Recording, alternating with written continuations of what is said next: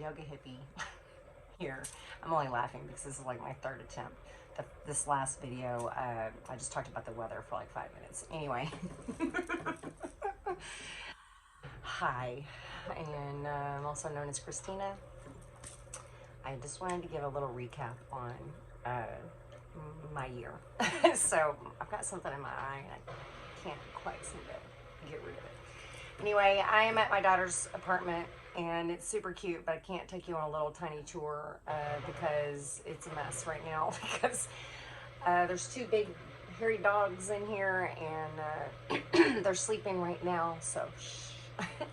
And anyway, I'm packing up to leave. I've been here almost a year. I got here February 5th of 2024 and it is currently, I'm leaving on New Year's Eve, so it is currently December 29th.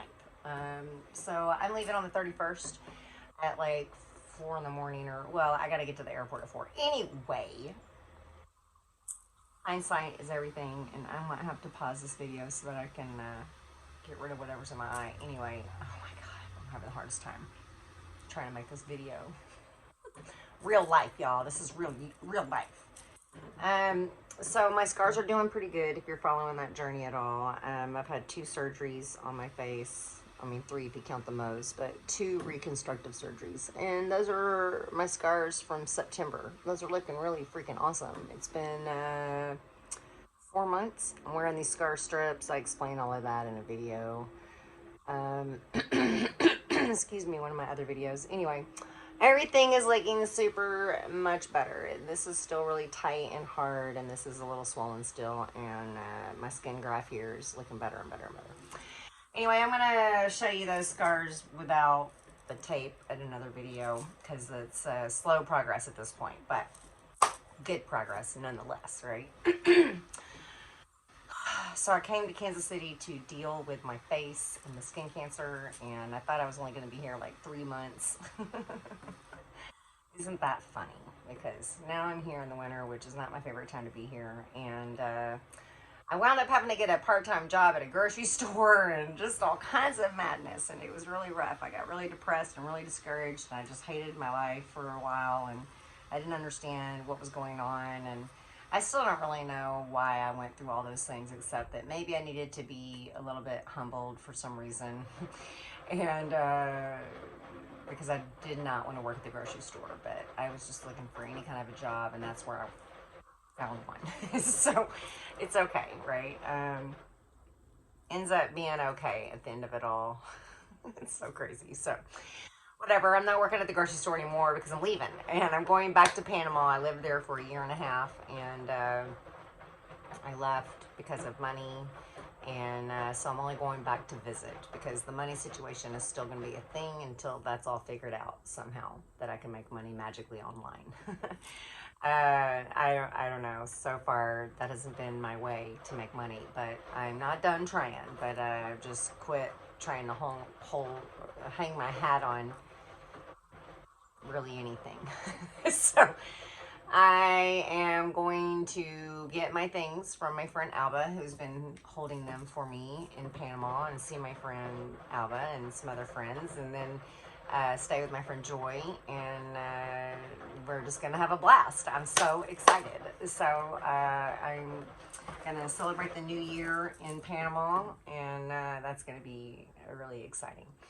So from this whole year has just been really challenging, and I got through it with the help of my friends and my daughter and other family, and I just appreciate everyone's concerns and well wishes for me. And I want to give a big shout out to my friend Rose, who housed me. I mean, I paid her some rent, right? But she let me use her treatment room, and you know, I lived in her house with her sweet cat Lola, who, I don't know how to explain it, but I tattooed this little cat's name on my wrist, on my arm. It'd be upside down in the video, but it's not upside down when I hold my arm.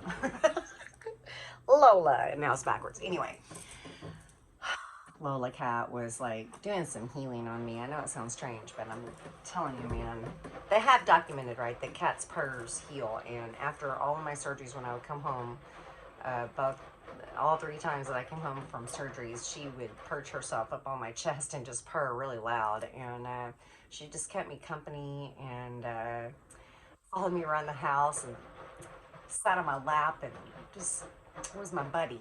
And so I tattooed her name on my arm because she really helped me through this year a lot. So I owe my gratitude to Rose for sharing her lovely cat and her home with me for so many months when we all thought that I was just going to be here for like 3-4 months. So I was thinking, oh, 5 or 6 months, I'll be out of here. Anyway, I've been here, by the time I leave, just shy of a year, 11 months. So sometimes, we have things we have to do that we didn't know we were going to be doing. And I'm just thankful that I was able to pay my bills and Medicaid helped me get all these surgeries, and I don't have a bunch of medical bills, and I'm just really thankful. At the end of the day, it was a really hard year, but I made it through it with support from my friends and family, and also my daughter. My daughter she helped me.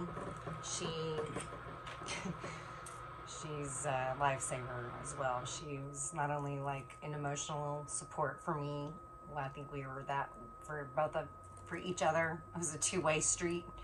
But I've been staying at her house for the last 6 weeks, and that's been really helpful and awesome to spend time with her. And I wish my son was here. We'd all just kill each other in this little room. But he was really the only thing, I would just love to have everybody that I love in the same place. I wish I could do that, but I can't. So anyway, but I did want to also say I appreciate my daughter's help as well with this whole year. And furry friends. And that's awesome. So, we can all do hard things. God, I hope it's all going to start getting easier now. So, what my plans are, for those of you who don't know me or you're new to the channel, I know I've gotten some new subscribers through this cancer journey I'm on, this skin cancer journey. And I so appreciate you being here, but this channel is not really about skin cancer, even though that's what it's been about this year. I hope that I won't lose some of you guys when I start getting back to traveling, because that's really what the purpose of this is, basically just so I can have a place to talk about the things that I like to talk about. Because I like to help people and encourage people, and I like to share my story and my goings-ons, and,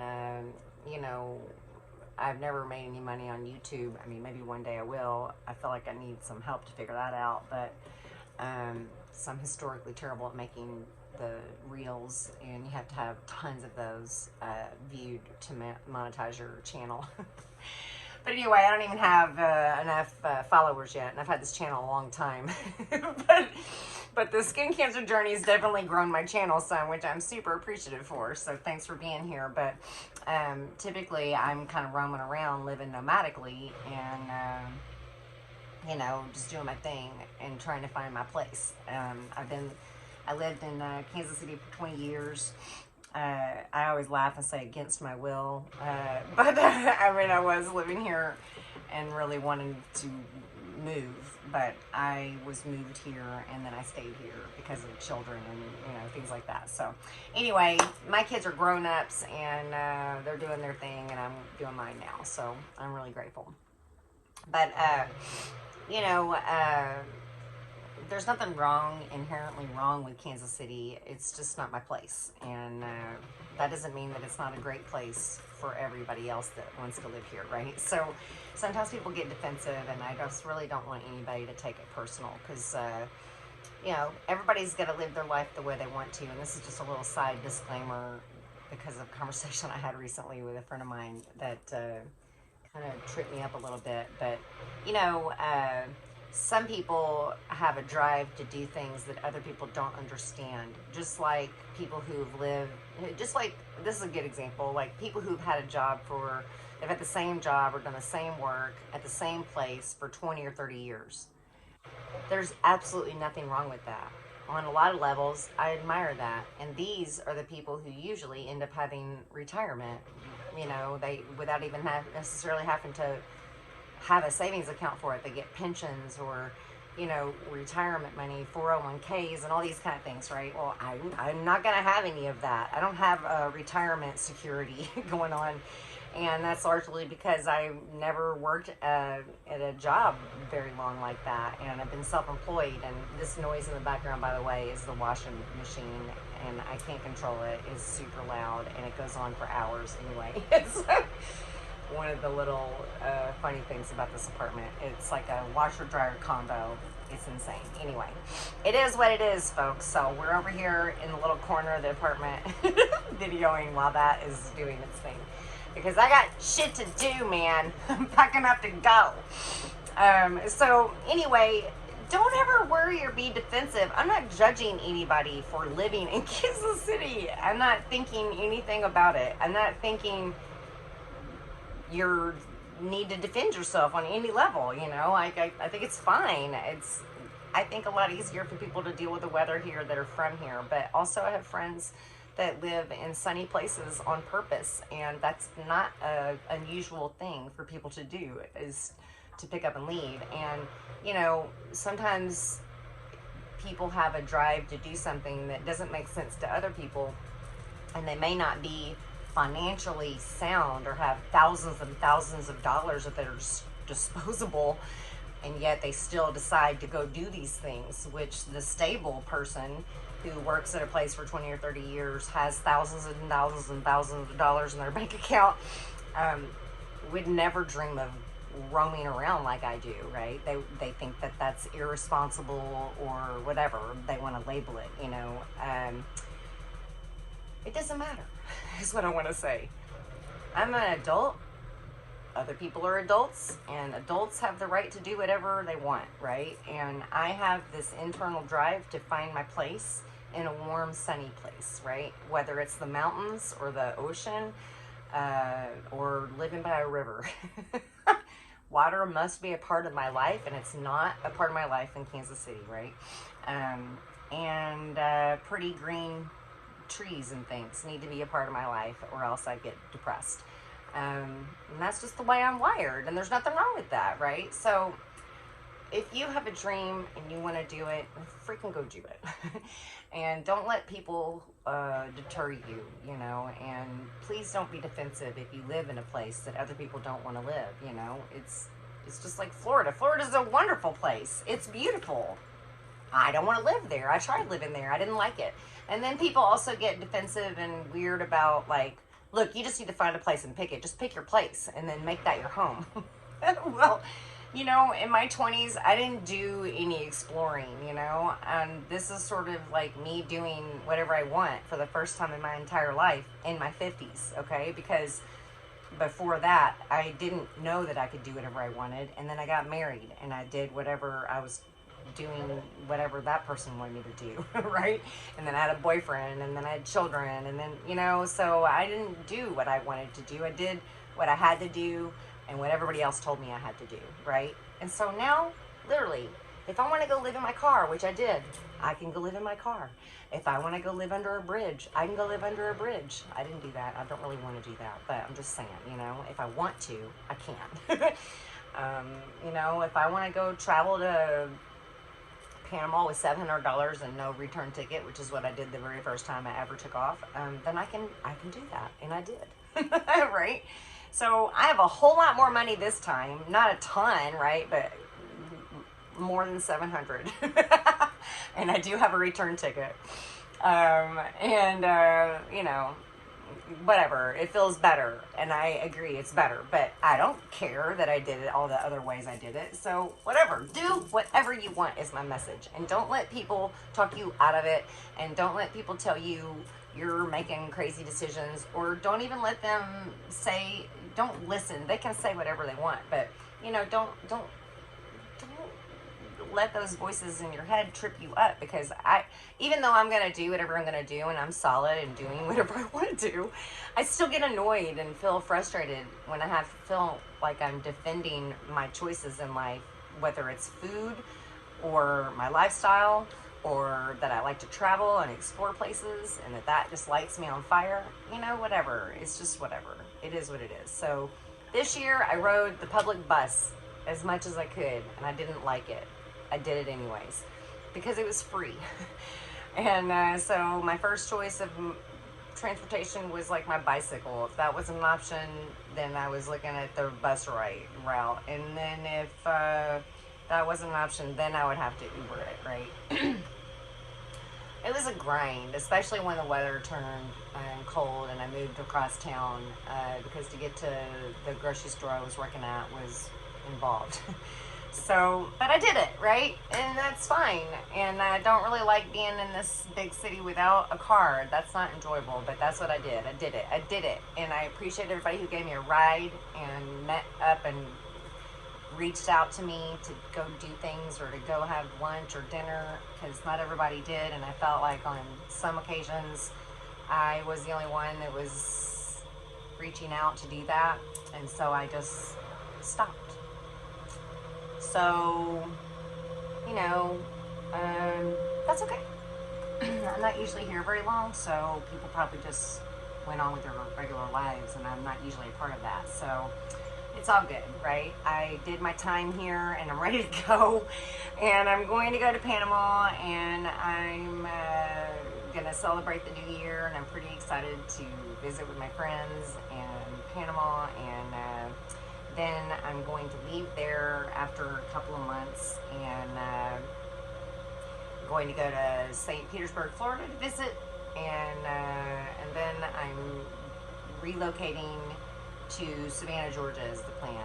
And I think I'm gonna go stay with some family for a minute. It's about 30 minutes away, and get myself situated over in Savannah, and then see what happens. I really for some reason, I feel like I want to just kind of go to this little area that I had explored with a friend of mine years ago, right when COVID was happening, called Port Royal, South Carolina, or Beaufort, South Carolina. Super cute. I need a little town.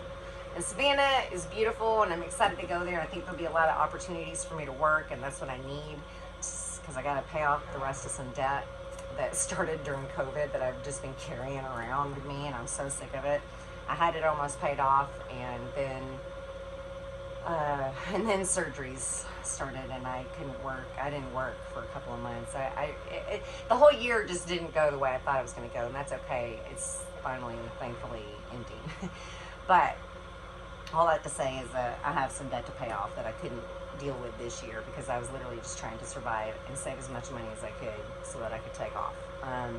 So that's what's happening. Anyway, I just wanted to say we can all do hard things, and we can all learn to let go and allow people the space and the privilege to do whatever they want to do in their lives, whether you approve or you think you would go about your life that way or not. It's okay. And we're all entitled to do the life the way that we see fit, and I think that's really awesome. And so I like how everybody's different in the world, and I'm glad that there's some really stable people, and then I'm glad that there's also transient people, and with all of us together in the world, we make it sweet. And we can all learn things from one another, right? So one day I'll decide to sit still, and I'll choose a place that I want to choose, and that's when that'll happen. Whenever that happens is whenever it's gonna happen.